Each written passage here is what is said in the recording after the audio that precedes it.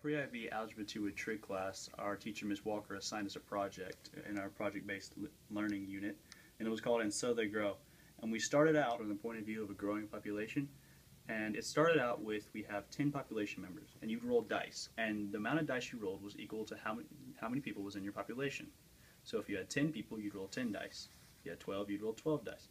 And we started off with 10, and we rolled, and every time you got two specific numbers would equal a birth, and one number would equal a death. So our numbers were 6, 2, 2, 5, 3, and wait.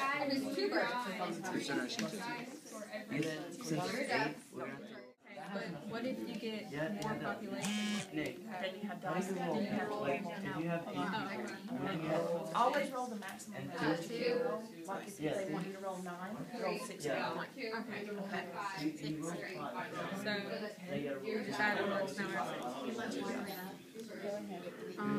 2 people died. Which number would that leave off on? 3 to 6, 5, 2, 6, 2, 6, 3, 4, 5. 6, 5, 4, 1. Oh, so a sudden outbreak. One death, 5 plus population. Oh, dude, we gained 11. So did we. 11 We got a total of 17.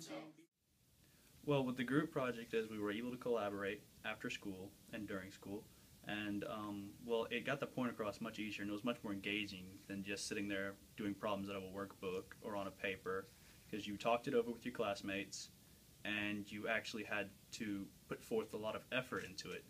You weren't just sitting there mindlessly working out problems out of paper.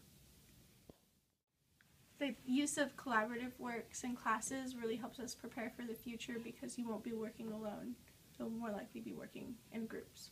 We had 10. And numbers are 2, Okay.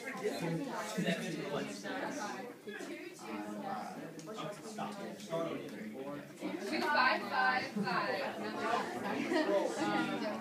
2 dying, 2 live, 2 are born. Actually get to learn, because you're not just seeing one outcome, you're seeing a bunch of outcomes, because not every one person is the same, like you see with the medicine that we did with curing the sniffles, and everyone's outcome with the population was different, because our group had 14 people and everyone else had 500. I feel like when I'm watching other groups that I see how they did something differently than I did, and because not everyone does something the same way, and the different ways you can do something shows you the multitude of ways you can learn. When we did that project, there was a very, very much big difference between everybody's project. Ours ended with a population of about 13 when we started with 10, and the other ones started with 10 and they got up to, I think the highest was 500 and something. So we just started coming up with different reasons for how that could happen, and that could be plagues, natural disasters, and things like that. And in fact, we nicknamed our group Atlantis because it was a kind of a failure.